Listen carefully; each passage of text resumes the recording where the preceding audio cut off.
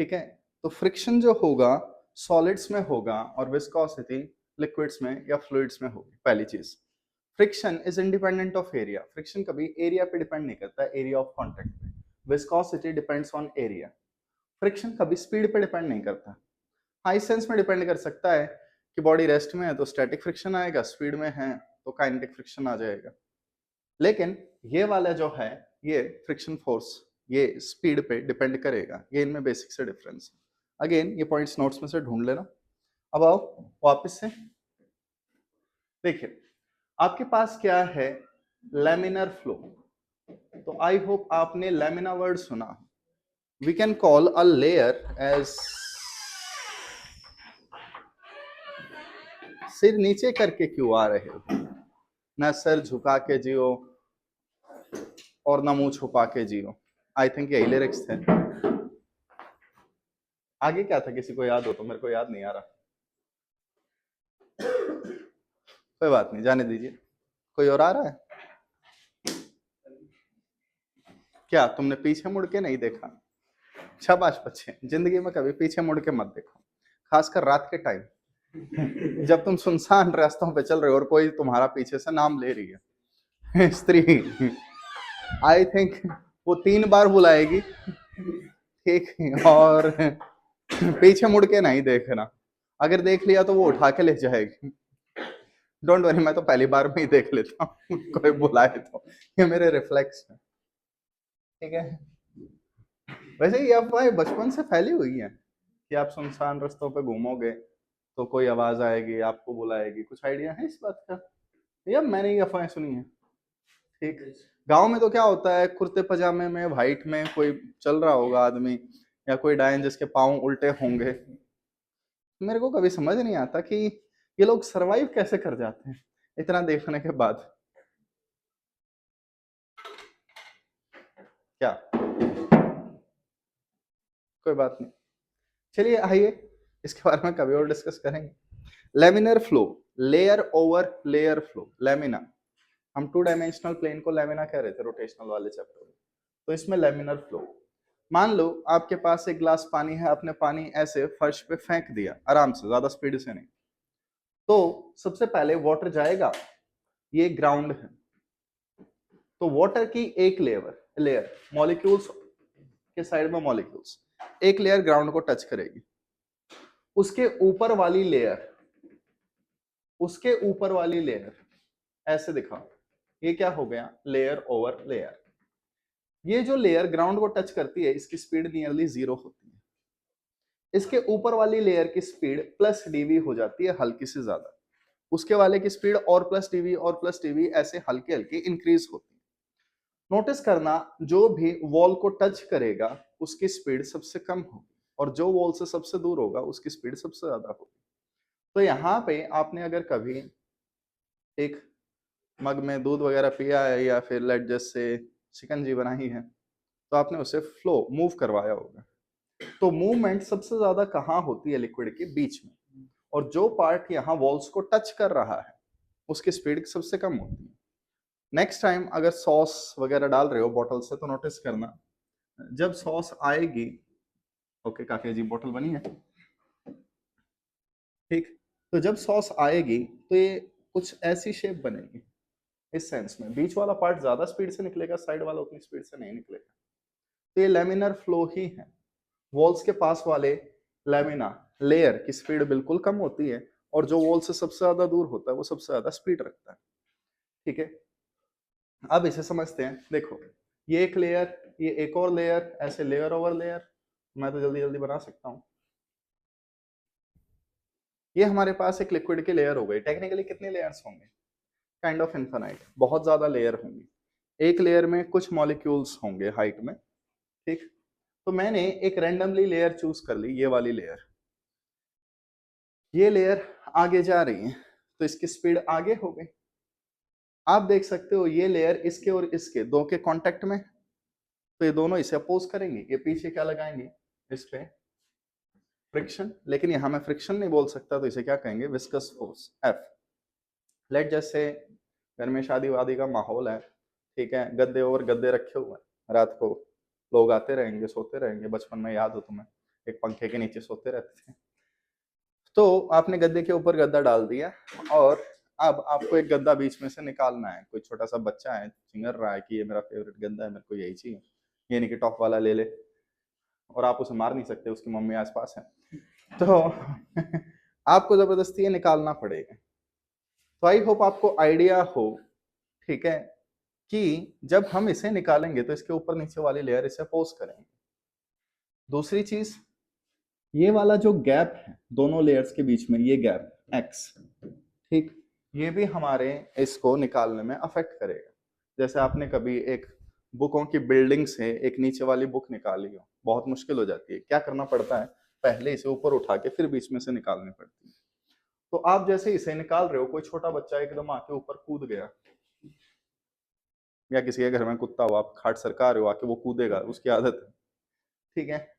तो यहाँ पे जैसे ये कूद गए, ये गैप कम हो जाएगा, ये गैप कम हो गया तो और निकालना मुश्किल होगा। तो हमें कुछ चीजें पता है। सबसे पहली बात, विस्कस फोर्स किस पे डिपेंड करेगी, स्पीड पे। जितना ज्यादा तुम किसी चीज को मूव करवाओगे उतना ज्यादा वो अपोज करेगी। अगर स्विमिंग वगैरह की है तो पानी में भागने की कोशिश करो, एक पानी में आराम से चलो, पानी अपोज नहीं करेगा, पानी में भागोगे वो उतना ज्यादा अपोज करेगा। तो विस्कस फोर्स स्पीड के प्रोपोर्शनल होती है, बट वेलोसिटी के अपोजिटली प्रोपोर्शनल, ये बात हमें पता है, ठीक, अपोजिट डायरेक्शन में आएगी। दूसरा, ये जो डिस्टेंस है लेयर्स के बीच में, ठीक, इसके इनवर्सली प्रोपोर्शनल होगा। ये गैप जितना कम होगा उतना ज्यादा विस्कस फोर्स लगेगी। तीसरा, इंस्टेड ऑफ गद्दे ओवर गद्दा मुझे तकिया ओवर तकिया निकालना पड़ गया, तो यहाँ एरिया ऑफ कॉन्टेक्ट कम है, थोड़ा निकालना इजी हो जाएगा, तो ये एरिया के डायरेक्टली प्रोपोर्शनल होगा। तो ये कुछ चीजें हमें आइडिया लगा कि हाँ भाई कौन सी चीज इस पे डिपेंड करे। अब वापस आओ, आई होप आपको पता हो dv अपॉन dx, एनीवन इस टर्म को क्या बोलेंगे, something upon length, gradient. So this one is called velocity gradient. कोई प्रॉब्लम, ठीक।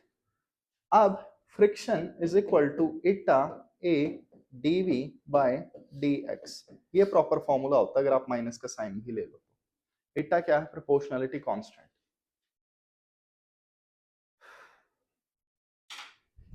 कोएफिशिएंट ऑफ विस्कोसिटी इटा है। तो बच्चों, कभी भी कोई क्वेश्चन आए जिसमें लिक्विड लेयर बना रहा, तो वहां आपको लेमिनर फ्लो लेना होगा, ठीक। जैसे देखिए, ये मेरे पास क्या है, एक ब्लॉक है, मैंने क्या किया, यहाँ पे इसके साथ एक और ब्लॉक टाई कर दिया और यहाँ पे थोड़ा सा ऑयल गिरा दिया। अब देखो, ये नीचे मूव करेगा, ये आगे मूव करेगा, तो आई होप टेंशन वगैरह वो सारी चीजें आप दिखा सकते हो। अब यहाँ क्या है, इसके बीच में लिक्विड की एक लेयर बन गई, तो ये अगर आगे मूव करेगा तो लिक्विड के जो लेयर है उस पर विस्कस फोर्स पीछे लगेगी। तो आपको खुद आइडिया लगाना पड़ेगा कि अगर आपके पास लेयर है, लेमिना है, तो ये वाला फॉर्मूला लगेगा। डाउट, ये चीज याद रख लेना। फिर इसके बाद हमारे पास दो टाइप के फ्लो होते हैं, ठीक है। वैसे तो तीन टाइप के ले सकते हो, लेकिन हमें दो टाइप के फ्लो देखने हैं, एक स्ट्रीमलाइन फ्लो और एक टर्बुलेंट फ्लो, ठीक।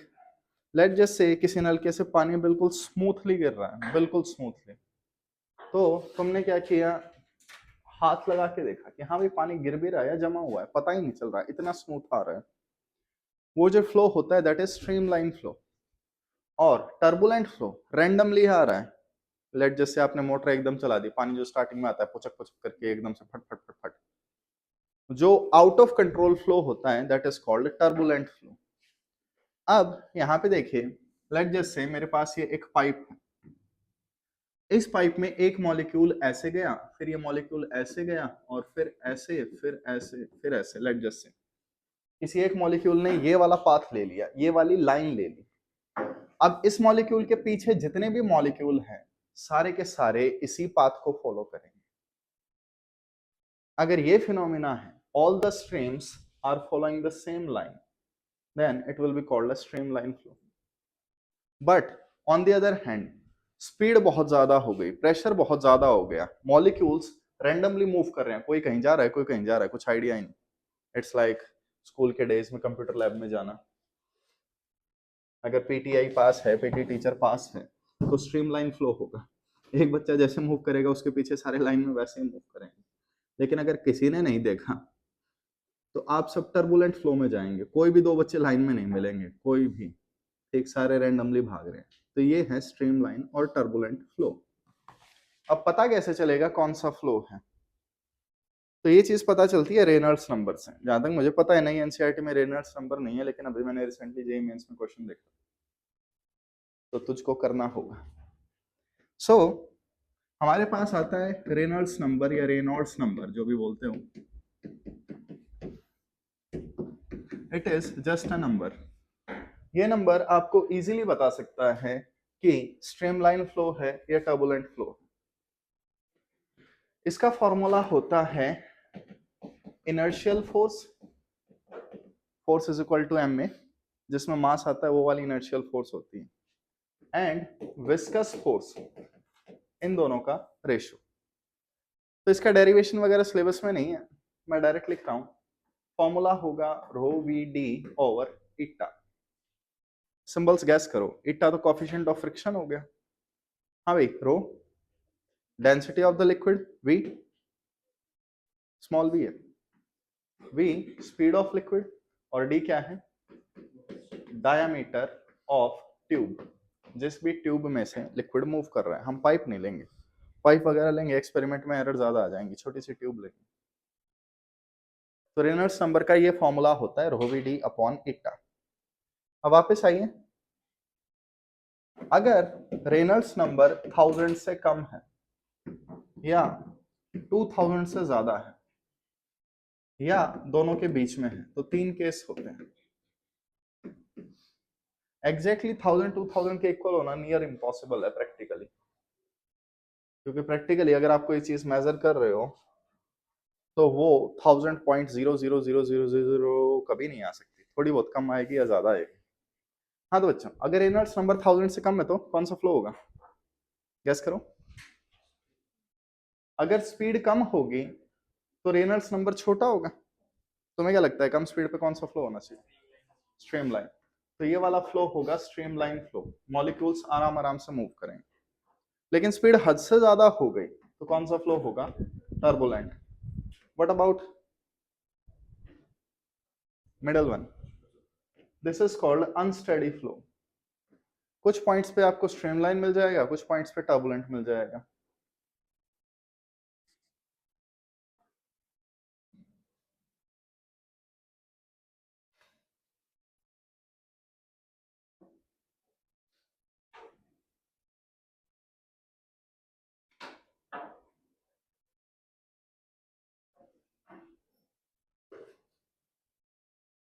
Okay okay. फिर एक टर्म आती है क्रिटिकल स्पीड या critical velocity, the velocity at which streamline changes into turbulent. एक ऐसी स्पीड जिस पे स्ट्रीमलाइन फ्लो टर्बुलेंट में चेंज हो जाए, उसे हम क्रिटिकल वेलोसिटी कहते हैं। तो ये कुछ टर्म्स याद रख लेना। ओके, अब वापस आइए। The next one is Stokes law. Stokes law एक अजीब सी चीज देखी गई थी 1933 के आसपास कि एक बिल्ली 33rd फ्लोर से कूद गई। ठीक है, आई होप कोई एग्जाम अच्छा ना हुआ होगा इसलिए कूदी होगी। ठीक है, मजाक असाइड। ठीक है, यहाँ पे अपने पास काउंसलर हैं दो दो, कोई भी दिक्कत हो जाके उनसे बात कर सकते हो। घर पे कोई परेशानी है तो बात कर सकते हो, किसी को दारू छुड़वानी हो तो भी बात कर सकते हो। मेरे को भी दारू छुड़वानी थी, मैं गया, उन्होंने भगा दिया। हद है। मैं तो बस यही बोल रहा था पुलिस वालों ने दारू पकड़ ली मेरी, छुड़वाओ, लेकिन ना। तो हद ही है, अजीब काउंसलर्स हैं, काम की चीज तो करते नहीं। किस चीज की टैबलेट ले रहा है बच्चे? आम टपका है।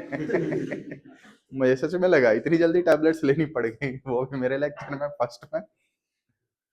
इट्स ओके, टैबलेट लेना कोई गलत चीज नहीं है। ठीक है, क्या बेड़ू बताइए, क्या बोल रहे हैं आप? क्या बोला आपने बताइए फिर भी। मुझ, मुझे सुना यहां तक, मैं बस कंफर्म करना चाहता हूँ। टैबलेट लेना अच्छी बात है, अगर दुनिया टैबलेट नहीं लेगी तो तुम में से मैक्सिमम गलत डायरेक्शन में जा रहे हैं। सारे डॉक्टर ही बनना चाहते हो ना। पता चला ठीक, तुम पेशेंट को दवाइयां बता रहे हो, ये दवाई ले ले वो दवाई ले ले, और साइड में तुम्हारे पापा बैठ गए, वो कहते हैं अबे क्या लेके करेगा दवाई, चुपचाप योगा किया कर, एक्सरसाइज कर। वो तुम्हारे सारे पेशेंट्स भगा रहे हैं, तुमने पापा को भगाना शुरू कर दिया कि नहीं अगली बार क्लिनिक में नहीं बैठना। हद है यार तुम लोग भी ना। Stocks law. तो वापस बिल्ली पे आते हैं। एक बिल्ली 33rd फ्लोर से कूद गई, और क्या देखा गया, उसके कोई खास इंजरी नहीं आई, और बिल्ली की एग्जैक्टली वही स्पीड थी जो उसे 3rd फ्लोर से कूदने पे मिलती है। मैं तो पहले ही जानना चाहता हूँ ये कौन है जो बिल्ली पे एक्सपेरिमेंट कर रहा है। बार बार अलग अलग फ्लोर से गिरा रहा है। ठीक है, बिल्ली अगर कोई आपके पास एक्टिव है, घर वाली बिल्ली नहीं, जो बिल्कुल ही पालतू है, जो पड़ोस में घूमती रहती है, उसे गिरा के देख लो किसी भी एंगल पे, हमेशा पाँव पे लैंड करेगी। ठीक है, बिल्ली को हमेशा अच्छा खासा आइडिया हो जाता है कि किस पोज में लैंड करना है। अगर छोटी मोटी हाइट है तो वो जल्दी से पाँव ऐसे कर लेगी, अगर वो ज्यादा हाइट से गिर गई तो वो अपने पाँव फैला लेगी। इट्स लाइक किसी ने सलमान खान रेस 3 में देखा हो, एक सूट सा उन्होंने पहना था, हवा में डाइव कर रहे थे, स्काई डाइविंग वगैरह। तो नेक्स्ट टाइम स्काई डाइवर्स को नोटिस करो तो देखना सारे अलग अलग टाइम पे कूदते हैं, लेकिन सारे फिर एक साथ हाथ पकड़ के कोई भी फॉर्मेशन बना के गेम वगैरह भी खेलने लग जाते हैं। तो अगर आप आसमान से कूद रहे हो और आपको अपनी स्पीड ज्यादा करनी है तो बिल्कुल ऐसे डाइव करो। ऑन दी अदर हैंड अगर आपको, ठीक है, अपनी स्पीड कम करनी है तो अपना सरफेस एरिया इंक्रीज कर लो, आपकी स्पीड अपने आप कंट्रोल हो जाएगी। ये सारी चीजें आप स्टॉक लॉ से समझ सकते हो। ठीक, अभी तक हमने जितने भी केसेस लिए उसमें एयर को कंसिडर नहीं करते थे, हम हमेशा वैक्यूम मानते थे, अब हम एयर को कंसिडर करना स्टार्ट करेंगे। तो देखें, ये आपके पास एक लिक्विड है, आपने क्या किया, इस लिक्विड में एक बॉडी को गिरा दिया। तो जैसे ही बॉडी को गिराएंगे इस पे नीचे सबसे पहली फोर्स आएगी mg, और ये लिक्विड को डिस्प्लेस कर रही है तो दूसरी फोर्स क्या आएगी, बॉइंट फोर्स। अब अगर ये लिक्विड में मूव ही नहीं कर रही तो लिक्विड इससे अपोज भी नहीं करेगा, विस्कस फोर्स भी नहीं आएगी। विस्कस फोर्स कब आती है, जब मूवमेंट हो। तो बच्चों लेट जैसे मैंने एक सॉलिड स्टील की बॉल ड्रॉप कर दी, कौन सी फोर्स बड़ी होगी, mg, नीचे सिंक करती है, mg बड़ी होगी तो नीचे एक्सेलरेशन होगा तो नीचे वेलोसिटी आएगी। Anyone, acceleration velocity same direction में, स्पीड क्या होगा, इंक्रीज होगी। तो जब ये नीचे जाएगा तो इसकी स्पीड बढ़ने लग जाएगी। लेकिन अगर कोई चीज फ्लूइड में मूव कर रही है तो फ्लूइड उसे अपोज करेगा, तो फ्लूइड इस पे जो अपोजिंग फोर्स लगाएगा that is called drag force और स्टोक्स फोर्स। यही स्टोक्स लॉ। तो सबसे पहली चीज, हमारा आंसर इस चीज पे डिपेंड करता है बॉडी की शेप कैसी है। तो हमारे सिलेबस में हमें बॉडी की शेप स्फेरिकल लेनी है, ठीक है, और कोई आपके पास चॉइस नहीं है। तो ये जो ड्रैग फोर्स होगी, स्टोक्स फोर्स होगी, बताओ कैसे डिपेंड करेगी, स्पीड पे डिपेंड करेगी, करती है, ठीक है। तो इसका फॉर्मूला आएगा आरवी, रेडियस पे डिपेंड करेगी, जितना बड़ा साइज होगा उतना ज्यादा एयर कांटेक्ट में आएगी, उतना ज्यादा एयर उसे अपोज करेगी। ठीक, तो कई बार मैं यूट्यूब पे ऐसे ही देख लेता हूँ, अगर कोई एरोप्लेन से गिर जाए विदाउट पैराशूट तो कैसे सरवाइव करना होता है। तो मेरे अकॉर्डिंग तो कोई भी हैवी ऑब्जेक्ट पकड़ लो और ग्राउंड पे पहुंचने से पहले ही उससे कूद जाओ ऊपर की तरफ, थोड़ा सा मोमेंटम कैंसल आउट हो जाएगा ग्राउंड के रिस्पेक्ट में, और आपके चांसेस ऑफ सर्वाइवल 0% बढ़ जाएंगे। ठीक है, कोई बात नहीं, डोंट वरी बच्चों, नेक्स्ट टाइम कोशिश करना किसी अच्छी फ्लाइट में ट्रैवल करो, जस्ट इन केस 2 करोड़ रुपए तो मिले घर वालों को। क्या हो गया, सुबह सुबह तुम्हारा ना सेंस ऑफ ह्यूमर है ना पढ़ने का कोई ह्यूमर है क्या, कौन से ट्रॉमा से उठ के आए हो, क्या हो गया, चलिए कोई बात नहीं। हाँ बच्चों, तो जब हम इसे सॉल्व करेंगे ड्रैग फोर्स का फॉर्मूला आएगा -6π/8r/v।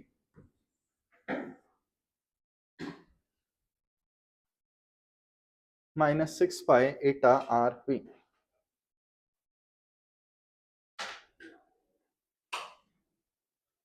हाँ बच्चों, अब इस पे ऊपर की डायरेक्शन में फोर्स लगेगी, ड्रैग फोर्स।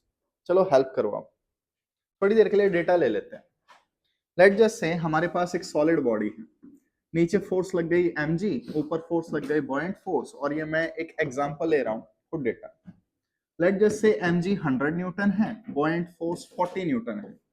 कौन सी फोर्स बड़ी हुई? mg। तो नीचे एक्सेलरेशन होगा, नीचे ही वेलोसिटी होगी। ओके, अब जैसे ये मूव करेगा, इस पे स्टोक्स फोर्स आ जाएगी, ड्रैग फोर्स आ जाएगी। अब बताओ ड्रैग फोर्स कैसी है, कांस्टेंट या वेरिएबल? वेरिएबल। इसकी स्पीड चेंज हो रही है तो ड्रैग फोर्स चेंज होगी। तो स्टोक्स फोर्स स्टार्टिंग में 0 थी, फिर इसकी वैल्यू बढ़ेगी 10। तो आप देख सकते हो जब तक एक्सेलरेशन नीचे है तब तक स्पीड इंक्रीज होती रहेगी। डाउट? तेरे को नींद आ रही है? तेरे को नींद आ रही है?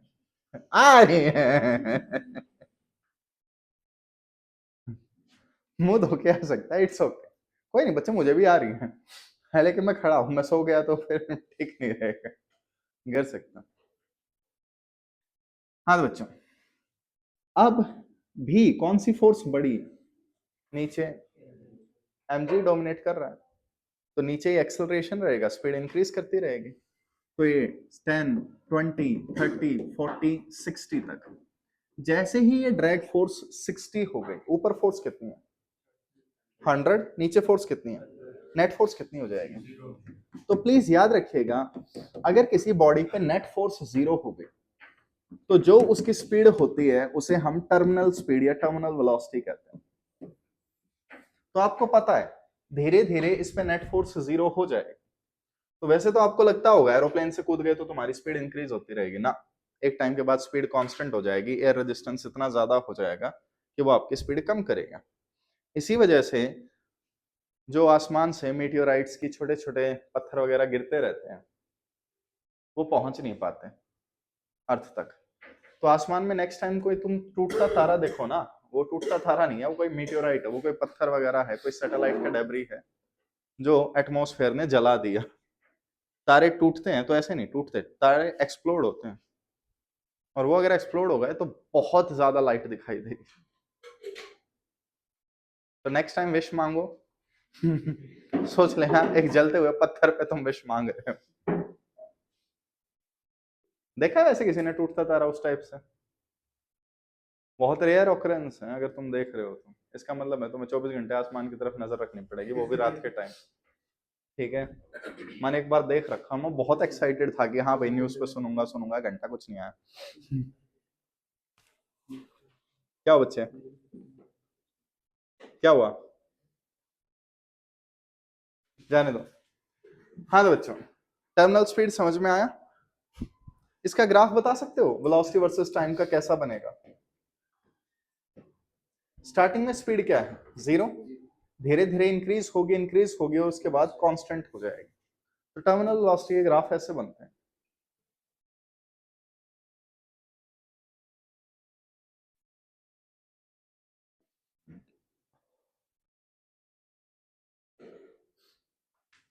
आइए, अब बच्चों हमें पता है नीचे फोर्स mg है, ऊपर फोर्स क्या है? बॉयंट और स्टोक्स फोर्स या ड्रैग फोर्स। वैल्यू रखो सबकी। तो Stokes force is equal to mg minus buoyant, value रखो m, mass density into volume into g, buoyant force density into volume into g. तो जनरली हम सिग्मा से body की density represent करते हैं और रो से लिक्विड की डेंसिटी रिप्रेजेंट करते हैं।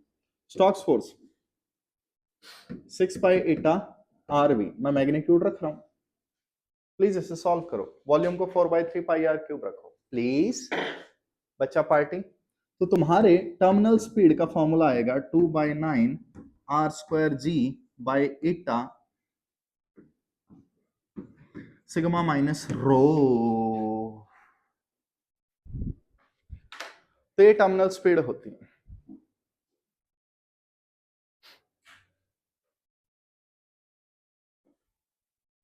सोना मत, ठीक है? वैसे चलो, मुझे पता है मेरे लेक्चर में नींद आती होंगी तुम्हें, क्योंकि मैं बोलता रहता हूँ ऑल इंडिया रेडियो की तरह। सच बताओ, ऑर्गेनिक में नींद आती है? ऑर्गेनिक की क्लास में? ये नहीं, ऑर्गेनिक स्टार्ट नहीं हुई अभी? नहीं हुई है? ओके। और भी लेक्चर्स हैं जिसमें नींद आती है बुढ़े तरीके से? सब में? शाबाश बच्चे, सुन के अच्छा लगा। बुरा तो लगा, लेकिन अच्छा भी लगा कि गलत चीजों में हम अकेले नहीं।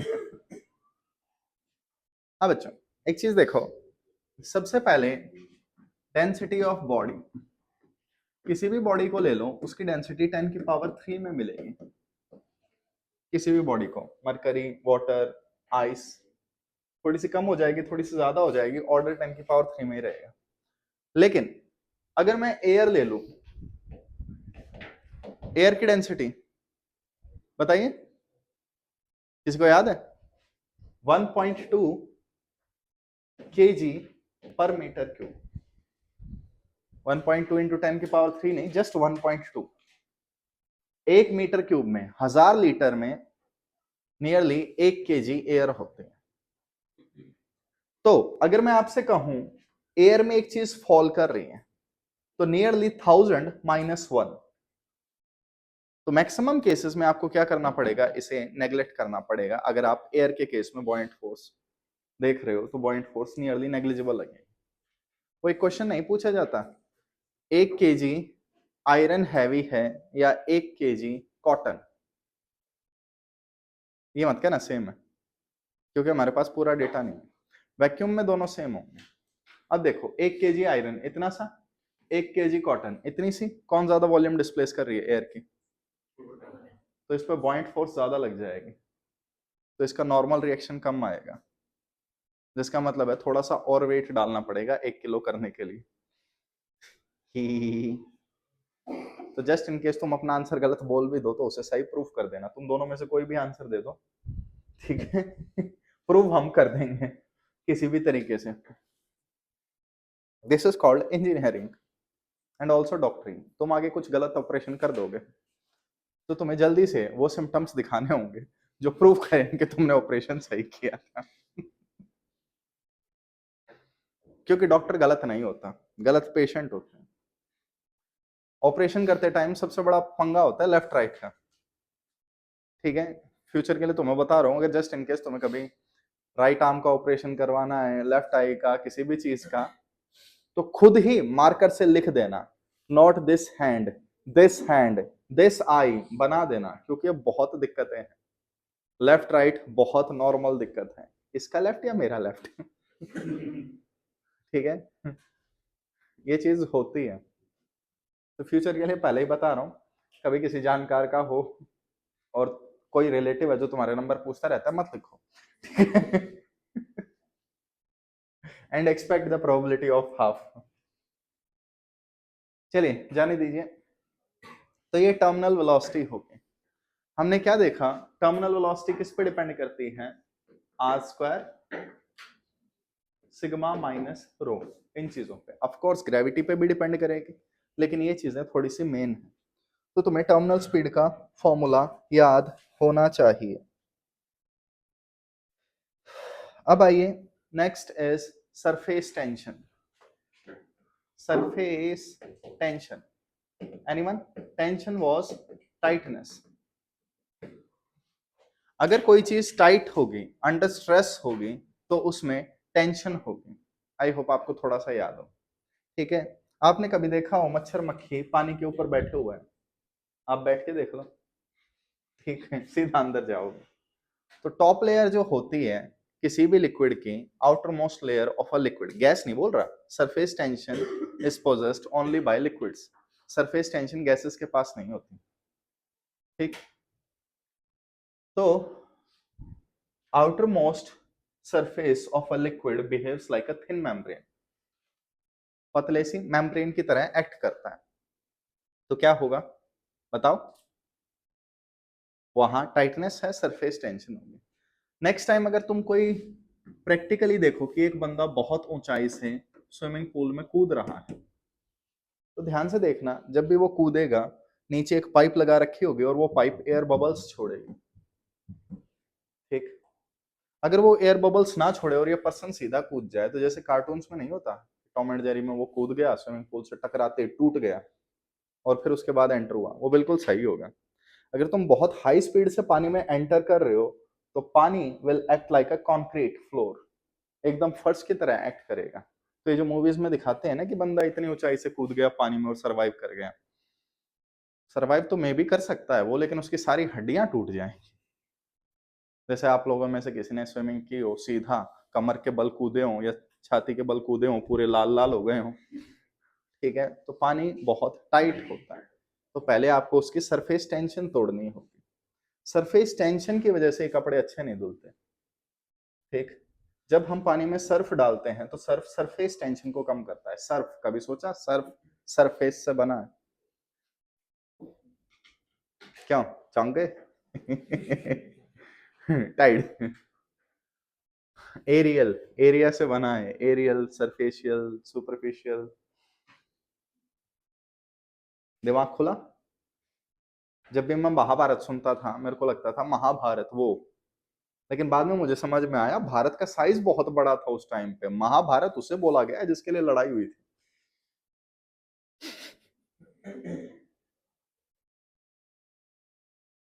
क्या?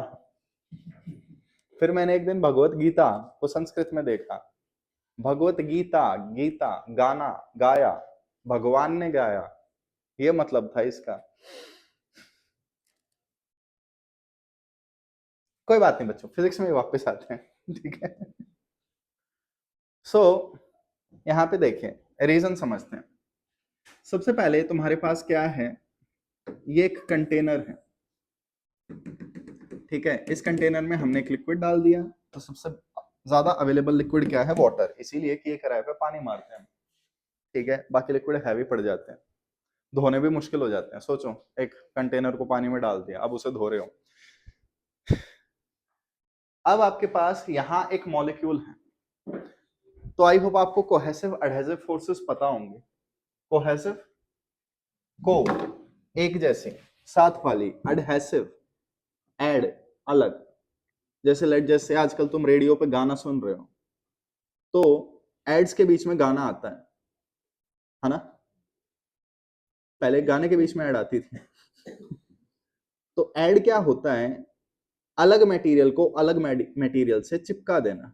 जो तुम टेप लेते हो, चेपी वेपी कुछ बोलते हो कई बार, वो एडहेसिव टेप होती है ऐड, वो खुद को पेज से चिपका रही है। तो ऐड इज डिफरेंट थिंग्स, या नहीं? अबे क्या करूं मैं तुम्हारा। तो यहां पे देखो, ये एक मॉलिक्यूल है, इसके साइड में क्या है? इसी टाइप के मॉलिक्यूल।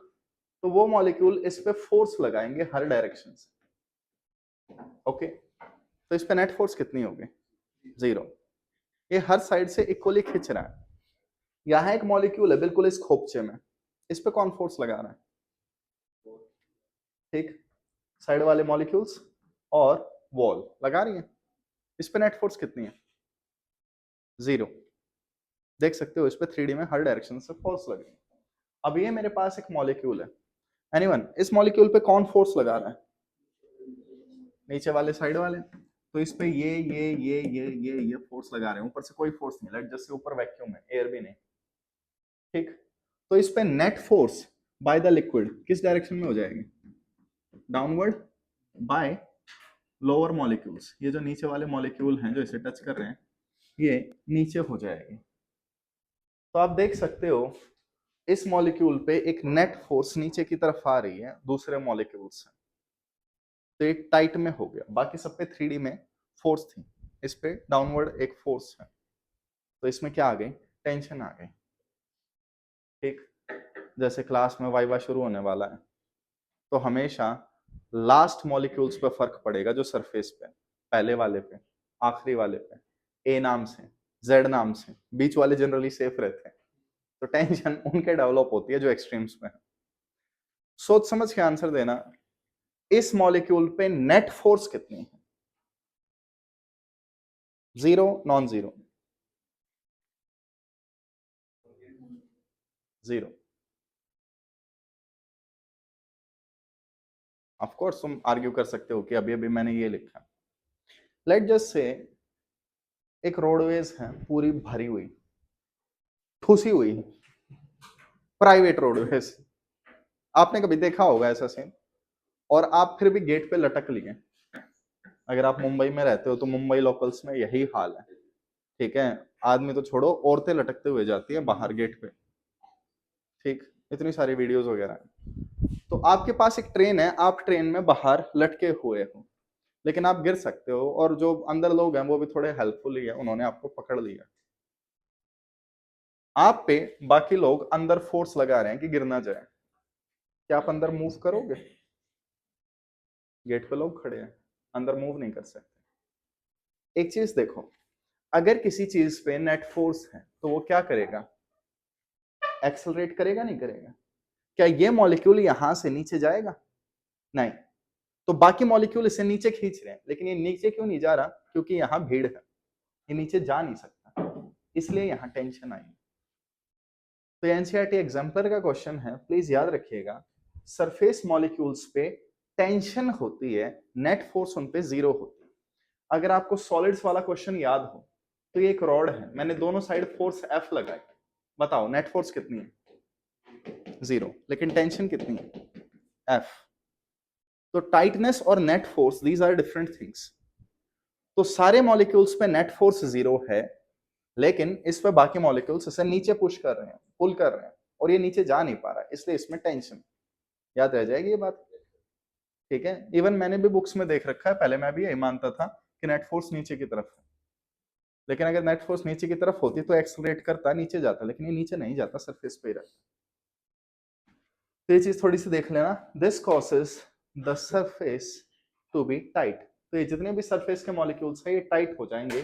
अब ये सरफेस मॉलिक्यूल एक थिन मेम्ब्रेन की तरह बिहेव करेंगे, ये एक पन्नी की तरह बिहेव करेंगे, and this behaviour is called surface tension, surface tightness. अब देखो, सरफेस टेंशन का फॉर्मूला होता है फोर्स पर यूनिट लेंथ, या मैं कह सकता हूं force is called surface tension into length. Can I start? Can I start? आओ, देखो बच्चों, हमारे पास क्या है, ये लेट जैसे एक बीकर का टॉप है, और उसमें मैंने क्या किया, एक नीडल रख दी। तो आई होप सबको पता हो, हम बहुत मेहनत करके एक नीडल को वाटर के सरफेस पे पुट कर सकते हैं, थोड़ी सी भी वो वाइब्रेट कर गई, हिल गई, तो वो नीचे डूब जाती है। तो रीजन क्या है, ये पानी पे के सरफेस पे क्यों टिकी हुई है? Surface tension, surface tightness. अब लेट जैसे तुम यहां से देख रहे हो, तो देखो ये तुम्हारे पास एक रॉड है, तुमने रॉड को पानी के सरफेस पे रख दिया, अब तुम उसे यहां से देख रहे हो सामने से, तो आई होप सबको पता होगा एज अ सर्कल दिखाई देगी। तो यहाँ पे देखिए, ये हमारे पास रॉड है, रॉड को मैंने रख दिया, तो ये लिक्विड, लिक्विड थोड़ा सा यहाँ बेंट हो जाएगा। सोच समझ के आंसर देना, बॉइंट फोर्स लगेगी? बॉइंट फोर्स लगेगी? नहीं, ये लिक्विड के अंदर नहीं गया, ये सरफेस पे गया, ये लिक्विड के अंदर जाएगा, लिक्विड को डिस्प्लेस करेगा, तो इस पे बॉइंट फोर्स लगेगी। वो जो मक्खी मच्छर पानी पे बैठे होते हैं, उन्होंने पानी को डिस्प्लेस नहीं किया है, वो सरफेस पे है। अब फोर्सेस दिखाओ, इस पे नीचे फोर्स है mg, तो ये नीचे डूब क्यों नहीं रहा? Surface tension. अब इसका 3D में डायग्राम इमेजिन करने की कोशिश करो, ये क्या है, एक सिलेंडर है, ऐसे 3D में, पानी इसे कहां से टच कर रहा है? पानी कहां से टच कर रहा है? एक यहां से, एक यहां से, दो लेंथ टच कर रहा है। तो इस पे एक फोर्स यहां, एक फोर्स यहां, दो फोर्स आएंगे ऊपर की तरफ, और अगर इसकी लेंथ l है तो ये फोर्स कितनी होगी? SL, और ये फोर्स भी कितनी होगी? SL। तो ऊपर की तरफ फोर्स हो गई 2SL, और नीचे की तरफ हो गई फोर्स mg, ये इसे बैलेंस कर। थोड़ा सा प्लीज देख लेना, सरफेस टेंशन जो है, it is not tension. Argument करो, टेंशन क्या है फिजिक्स में? एनीवन? फोर्स, ठीक है, मैं मानता हूं टेंशन टाइटनेस है, tension is a force, but surface tension is force upon length. तो टेंशन टाइटनेस मैं एग्री कर रहा हूं, लेकिन सरफेस टेंशन फोर्स नहीं है, फोर्स अपॉन लेंथ है, तो इनके डायमेंशन सेम नहीं होंगे। ठीक, सरफेस टेंशन का वही फॉर्मूला है जो स्प्रिंग कांस्टेंट का होता है, F is equal to k x, तो K is equal to F by x, surface tension F by L, तो दोनों फोर्स अपॉन लेंथ है, इसलिए इनके डायमेंशन सेम होते हैं, स्प्रिंग कांस्टेंट और याद रह जाएगी बात। और सरफेस टेंशन का सिंबल आइडियल केस में T होता है, ठीक है, जनरली इसका सिंबल कैपिटल T होता है, लेकिन मैं कैपिटल T यूज नहीं करता क्योंकि ये टेंशन नहीं, तो इसका सिंबल S या सिग्मा, ये तीन सिंबल्स इसके आप जनरली देख सकते हैं। प्रीवियस ईयर में कोई भी क्वेश्चन देखोगे मैक्सिमम वहां कैपिटल T यूज हुआ। Okay, the next term is surface energy. हाँ भाई, तो तुमने देखा अगर किसी चीज के पास टेंशन है, स्ट्रेस है, तो उसके पास एनर्जी होगी, फॉर्मूला याद है एनर्जी का, हाफ स्ट्रेस इनटू स्ट्रेन, तो जहां भी स्ट्रेस आता है वहां एनर्जी आती है। अब सरफेस वाले मॉलिक्यूल्स टाइट हैं, तो उनके पास क्या होगी, एनर्जी होगी। So the energy possessed by molecules of a surface is surface energy. तो बच्चों, सरफेस एनर्जी का फॉर्मूला होता है surface tension into surface area into number of surfaces. ये सरफेस एनर्जी का फॉर्मूला होगा।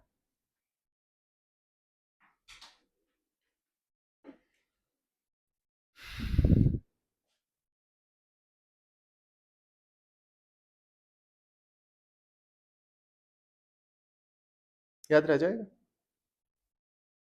अगेन इसे as a quick revision use करो, तुम्हें जो भी चीजें नहीं आती वो जल्दी जल्दी समझ में आ जाएंगी। रही बात न्यूमेरिकल्स की, नोट्स वगैरह में देख लेना, पूछ लेना। चेंज करो, आइए देखिए, what is a surface by definition? A surface is interface between liquid and air. Liquid और एयर जितनी जगह पे एक दूसरे को टच कर रहे हैं, that will be called surface. ठीक है, सरफेस की जो थिकनेस होती है फिजिक्स में हम वो 10 की पावर -9 मीटर के आसपास लेते हैं, इतनी होती है। अब आ जाओ, मेरे पास सबसे पहले क्या है, ड्रॉप है, एक बूंद हो गई। तो आई होप आपको पता हो ड्रॉप के अंदर क्या होगा, लिक्विड, और बाहर क्या होगा, एयर। बाहर वैक्यूम भी हो तो भी चल जाएगा। लिक्विड और एयर एक दूसरे को कितने एरियाज पे टच कर रहे हैं, एक ही एरिया पे टच कर रहा है, कर्व वाले एरिया पे, तो यहाँ नंबर ऑफ सरफेसेस कितने लिए जाएंगे, 1। अब मेरे पास क्या हो गया, बबल। तो आई होप आपको पता हो ये जो बबुला होता है, सॉरी बबुला अलग होता है, ये जो बबल है, बबुला क्या होता है, बुलबुला, बबुला बुलबुला कुछ सुना हो तुमने, बबून, लेना देना नहीं उसका यहाँ। बगुला अलग है, मैं बबुला बोल रहा हूं, बुलबुला नई टर्म सुनी है। अरे पानी के अंदर वो जो हवा होती है उसे क्या बोलते हो तुम, बुलबुला ही बोलते हैं, हरियाणवी में बबुला बोलते हैं।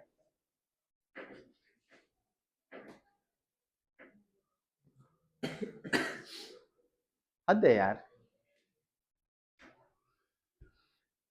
क्या पानी के अंदर, छोड़ो, पानी के अंदर मुंह डाल के वो हवा वगैरह नहीं छोड़ी कभी मुंह से? बचपन में आंखें धोने के लिए स्टंट तो ट्राई किया होगा, कई बार बाल्टी में भी नहाए होगे जहां तक मैं जानता हूँ। एक छोटा बच्चा बड़ा क्यूट है, उठाया बाल्टी में डाला निकाल लिया तार से टंगा दिया सूख गया। ऐसे ट्राई मत करना। बीच वाले बच्चे क्या हो गया, बहुत ज्यादा सबटाइटल्स पास कर रहा है तू बीच बीच में? कुछ नहीं, नहीं मेरे को तो सबटाइटल सुन रहे हैं, कैप्शंस भी, जबकि सबटाइटल्स दिखने चाहिए, यहाँ सुन रहे हैं। आइए, तो ये हमारे पास एक बबल है, बाहर क्या है, एयर, अंदर क्या है, एयर, बीच में क्या है, लिक्विड। लिक्विड एयर खुद को कितनी जगह टच कर रहे हैं, 2 जगह, तो यहाँ नंबर ऑफ सरफेसेस 2 लिए जाएंगे। फिर हमारे पास आता है ये एक लिक्विड, और इस लिक्विड के अंदर बबल है। तो बच्चों, bubble inside liquid is called a cavity. Air कहाँ है? अंदर। लिक्विड कहाँ है? बाहर। कितनी जगह पे टच कर रहे हैं? कोई कहना चाहे बबल में दो सरफेस होते हैं? नहीं, ये बबल इनसाइड लिक्विड है, it will be called a cavity. ये अलग केस है, ठीक है। कैविटी में नंबर ऑफ सरफेस एक लिया जाता है। सो वैसे तो याद रख लेना, बबल इज डबल। अगर आपके पास कोई एयर में बबल है तो उसका डेटा डबल आएगा।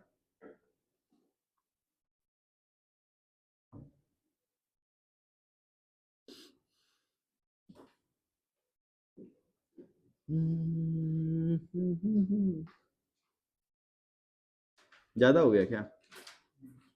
कोई बात नहीं बच्चों, अभी और ज्यादा करेंगे। तुम साथ क्या लाए थे, क्या ले जाओगे? वो तो स्कूटी पे आया था, मैंने देखा था आज, बिल्कुल स्लो चल रहा, मेरी साइकिल भी ओवरटेक कर गई।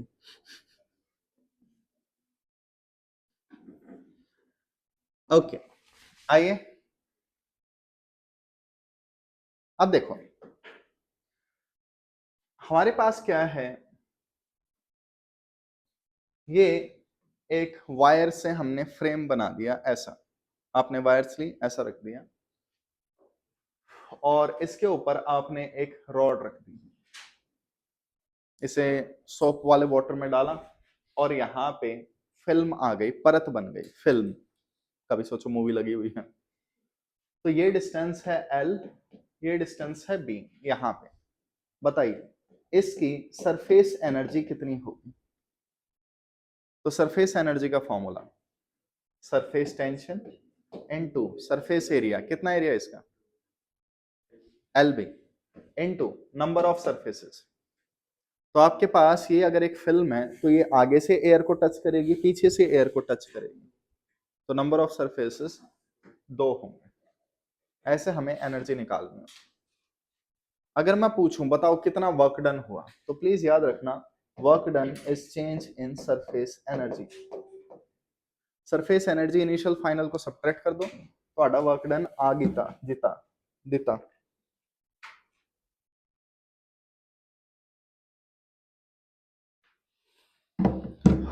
करें आगे। The next one is excess pressure. Excess pressure delta P, pressure inside minus pressure outside. The pressure difference is called excess pressure.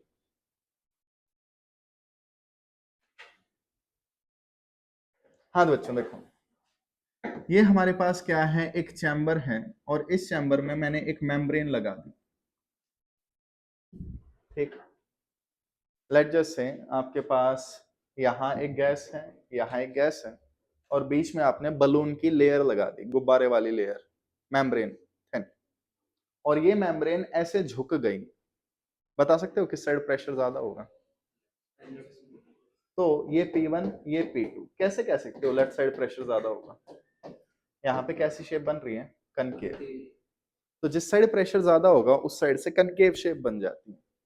अब वापस देखें, आपके पास क्या है, ये एक बलून है, या ये एक ड्रॉप है, या बबल है, कोई भी सीन।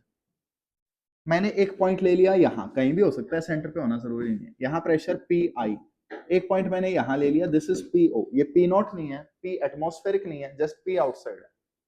दोनों में से कौन सा प्रेशर बड़ा होगा? सॉरी, P इनसाइड बड़ा होगा। So what is access?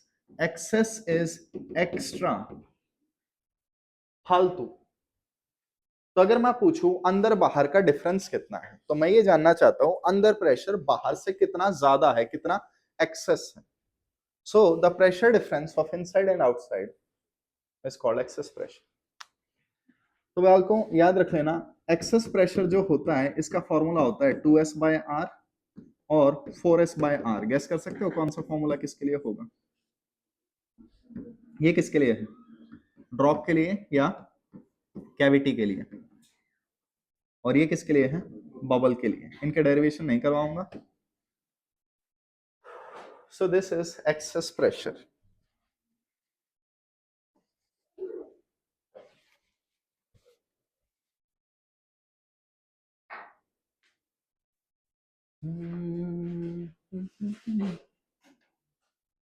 करें?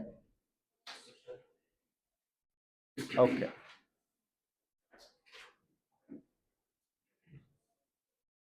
हाँ तो बच्चा पार्टी आइए। The next term is angle of contact. Angle of contact, angle of contact tells about wettability.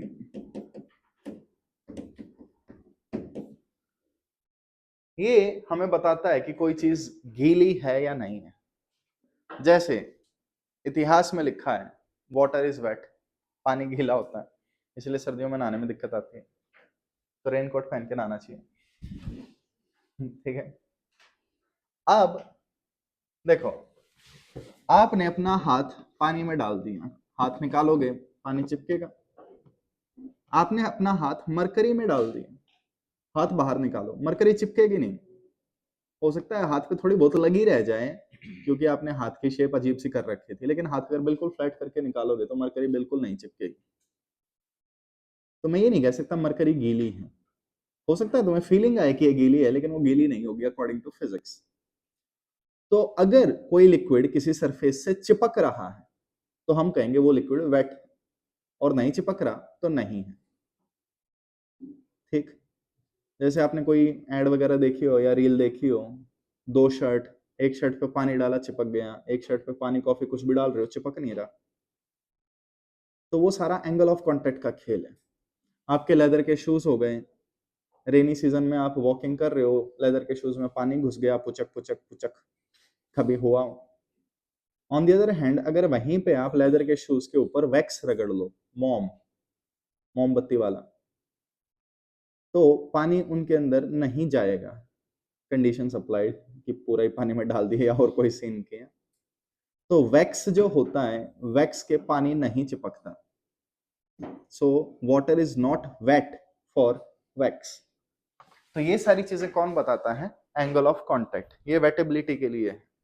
इस पे आज तक मैंने एक ही क्वेश्चन देखा है, वो भी नीट में, कि कौन डिसाइड करता है वेटेबिलिटी। अब आइए देखिए, लेट जस्ट से हमारे पास दो अलग अलग सरफेस है। ठीक, एक नॉर्मल फ्लोर हो गया, ठीक है, नॉर्मल ग्राउंड हो गया। मैंने ग्राउंड पे पानी की एक बूंद डाल दी। एनीवन, शेप कैसी बनेगी, कुछ आइडिया है? अगर मैं पानी की बूंद डालता हूं तो शेप कुछ ऐसी बन जाएगी, ऐसी। और अगर इसी ग्राउंड पे नॉर्मल फ्लोर पे मैंने मरकरी डाल दी तो मरकरी थोड़ी सी ऐसी शेप ले लेगी, ऐसी। तो बताइए कौन सा स्टिक कर रहा है, लेफ्ट राइट? लेफ्ट।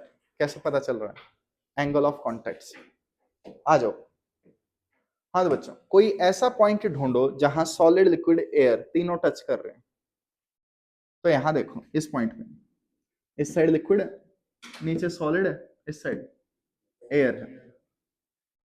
एक टेंजेंट डाल दो, ये वाली। ये टेंजेंट कौन सी दो बाउंड्री को टच कर रही है? लिक्विड और एयर को। एक टेंजेंट ऐसी डाल दो, ये किसको टच कर रही है? लिक्विड और सॉलिड को। कोई डाउट? एक में टेंजेंट ऐसी डाल सकता हूं, लेकिन उसमें लिक्विड नहीं आएगा, सॉलिड और एयर आएंगे, मुझे उनसे थोड़ी ना काम है। इन दोनों के बीच में जो एंगल होता है, this is angle of contact. क्या लग रहा है ये, एक्यूट ऑब्ट्यूज? एक्यूट। तो थीटा अगर एक्यूट है तो लिक्विड सरफेस को वेट करेगा, भिगोएगा।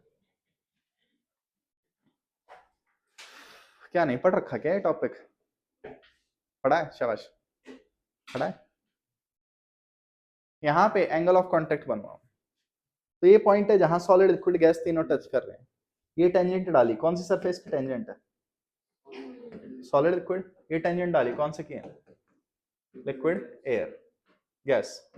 ये एंगल थीटा। क्या है थीटा यहाँ पे? ऑब्ट्यूज। तो आपको दिख रहा है ये चिपक नहीं रहा,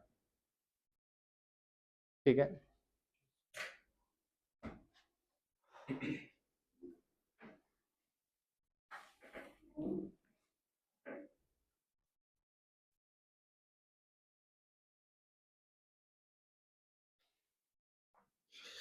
9 मिनट रह गए, कुछ हो भी नहीं पा रहा ढंग से। क्या किया जाए अच्छे से पढ़ने के लिए? आइडियाज दो अपने अपने, बोलो। एनीवन? कोई आइडिया दो, एयरटेल दो, जियो भी चलेगा।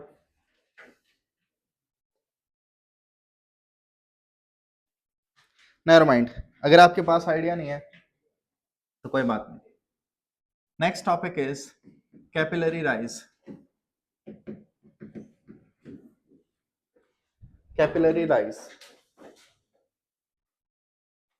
तो सबसे पहले आपके पास एक कैपिलरी ट्यूब है, एक बिल्कुल पतली सी ट्यूब, ज्यादा मोटी नहीं होनी चाहिए। तो देखिए आपके पास ये एक लिक्विड है, आपने क्या किया, लिक्विड में एक ट्यूब डाल दी। जैसे ही ट्यूब डालेंगे, जितनी पतली ट्यूब होगी, पानी या जो भी लिक्विड है वो थोड़ा सा ऊपर राइज हो, या हो सकता है थोड़ा सा नीचे फॉल हो जाए। तो अभी के लिए मैं राइज वाला केस ले रहा हूं। ये लिक्विड का बॉटम पॉइंट,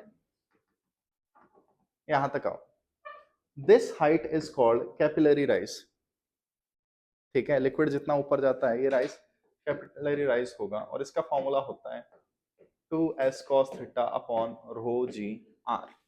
सिंबल्स में s क्या है, surface tension, theta angle of contact, rho g, और आर किसका, कैपिलरी का, ट्यूब का। ये हमारे पास फॉर्मूला होता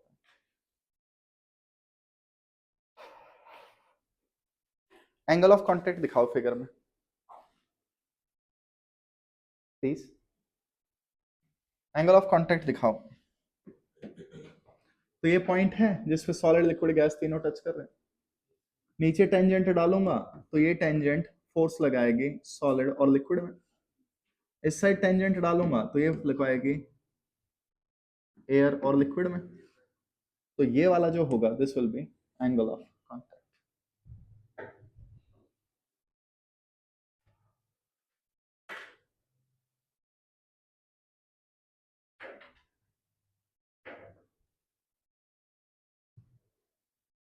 ओके ओके, नॉट ओके। बताओ मुझे हाइट इंक्रीज करवानी है, क्या करूं? थीटा, शाबाश आओ। थीटा बढ़ेगा तो कॉस थीटा कम होगा, और कॉस थीटा कम हो गया तो हाइट कम होगी। सो प्लीज देख लेना, मैक्सिमम क्वेश्चंस में थीटा तुम्हें गिवन नहीं मिलेगा। तो अगर मैं तुम्हें कह दूं एक ग्लास में हमने वाटर डाल दिया, तो एंगल ऑफ कांटेक्ट हम नियरली जीरो ले लेते हैं वाटर ग्लास इंटरफेस के लिए। ये वाला डेटा नहीं दिया जाता, ये आपको वैसे पता होना चाहिए।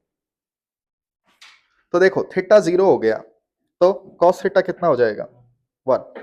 और क्या कर सकते हैं, रो, रो क्या होना चाहिए, कम। जितनी कम लिक्विड की डेंसिटी होगी उतना ज्यादा ऊपर लिक्विड राइज करेगा। कौन सा लिक्विड बेटर रहेगा, ऑयल या वाटर? ऑयल, ऑयल बेटर रहेगा। ठीक है, refined oil, kerosene oil, petroleum oil, olive oil, oily oil, French fry oil, बाकी देख लेना। हाँ भाई, आर रेडियस क्या होना चाहिए, कम। The word capillary come from capilla. Capilla means hair like, fine. Fine बोले तो फिजिक्स में फाइन का मतलब थिन होता है, पतला, बाल के जितना पतला। तो तुम सोच सकते हो अगर तुम्हें प्रैक्टिकली कैपिलरी राइज देखना है तो बिल्कुल पतली ट्यूब चाहिए होगी। जैसे टेस्ट ट्यूब वगैरह होती हैं उनमें कैपिलरी राइज नहीं दिखाई देगा, उनका रेडियस थोड़ा बड़ा हो जाता है। स्ट्रॉ हो गई पेप्सी वाली, स्ट्रॉ समझते हो, फूकनी जिससे पानी पीते हैं वो वाली। ठीक है, तो जो प्लास्टिक की पाइप होती हैं स्ट्रॉ, उनका रेडियस बहुत कम होता है। नेक्स्ट टाइम उसे पानी में डुबो के देखना and what you will find, क्या मिलेगा, कम अपेरेंटली पानी थोड़ा ज्यादा राइज करेगा उनमें। ठीक है, तो बालको यही एक चैप्टर को हम टच करके वापस आ गए। यही एक हल्का सा इंट्रोडक्शन है सारी टर्म्स का।